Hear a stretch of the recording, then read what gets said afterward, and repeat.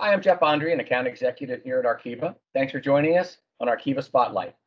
Today, we're back to continue our discussion on the 5 distinct steps of developing an effective S&OP process that's outlined in Dr. Singh's book, A Practical Guide for Improving Sales and Operational Planning. On our last Spotlight, we discussed step 4, balancing supply and demand. Today, we're here to discuss step 5, implementing sales and operation planning, or as many of you know it today as IBP, or integrated business planning. With me to discuss step 5 is my colleague, Tapan Mallik. Tapan is a senior consultant at Arkieva with extensive expertise from both the client and vendor side. Tapan, thanks for joining me today. Thanks, Jeff. Glad to be here with you today. Fantastic. Hey, let's just jump right into it, Tapan. What kind of problems can a business expect to run into if they don't ever get around to implementing an IBP process? Yeah, actually, so generally they operate in silo, they run business in firefighting mode and has operational focus on supply demand balancing, which has no connection to the overall business strategy. Right. And they try to generally optimize the individual silo at the expense of the overall business enterprise value, which generally results in lower growth, margin, inventory turns, and the return on invested capital. So, if one were to begin implementing, a sales and operation planning or an IBP process, where should they start? And what kind of tasks should that team expect?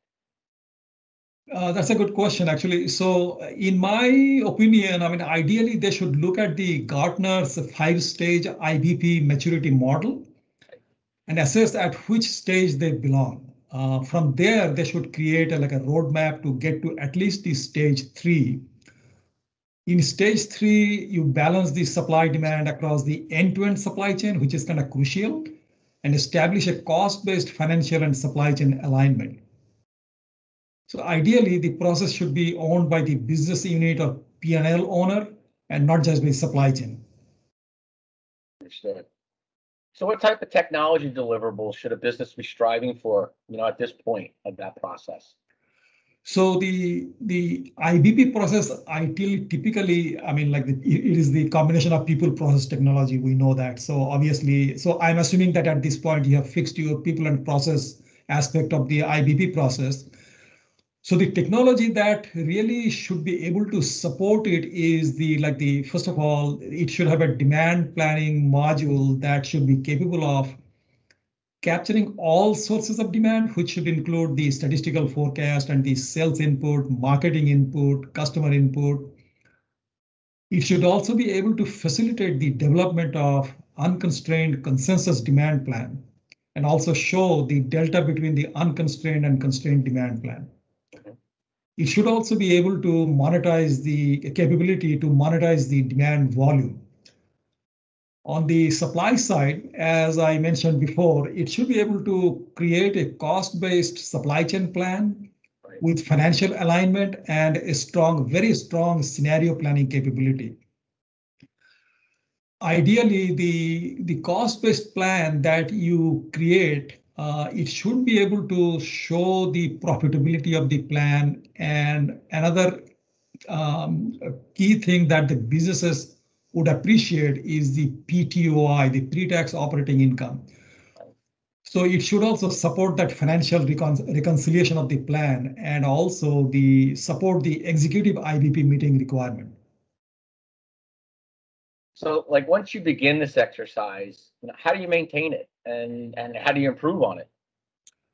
Well, so first of all, the business should have the understanding of the overall IBP business management process. The IBP really should be driving the execution, not the other way around. There should be a strong and motivated executive sponsor and an IBP process facilitator. People should be aware of the process and the value it generates so that there is no ambiguity in the execution of the IBP process. Also, you should select the right business metric for demand, supply, and overall business process. And so this selection of metric actually helps you stay on track. And it also helps you sort of figure out if you are deviating from the the existing process, then you should engage in some kind of a continuous improvement project effort. Sure. So you've done this, you're working on this improvement process. What kind of, what are some of the benefits you would expect from completing this type of exercise to happen? So I did some research on this one, and I ran into a study that was done by Oliver White, which is the leading IBP training company. And they actually interviewed some of their 40 clients, and they found that the clients who embarked on the IBP journey, I mean, they have increased their demand plan accuracy by 18 to 25%, increased the sales revenue by 10 to 15%. Increase the on-time delivery by 10 to 50%, inventory reduction by 18 to 46%, the safety stock reduction by 11 to 45%. So as you can see, I mean, even if you are at the lower end of the spectrum, I mean, the case for taking on this journey is pretty compelling. And so there is no excuse for not really getting on this journey. I would have to agree with you there, Tapan. I appreciate your time today. We're kind of here at the end, but thank you very much for sharing all this information. I'd like to thank everybody for watching Arkiva's series on the 5 distinct steps of developing an S&OP process that's outlined again in Dr. Singh's book, A Practical Guide to Improving Sales and Operation Planning. We look forward to picking up more supply chain planning conversations the next time right here on Arkiva Spotlight. Thank you.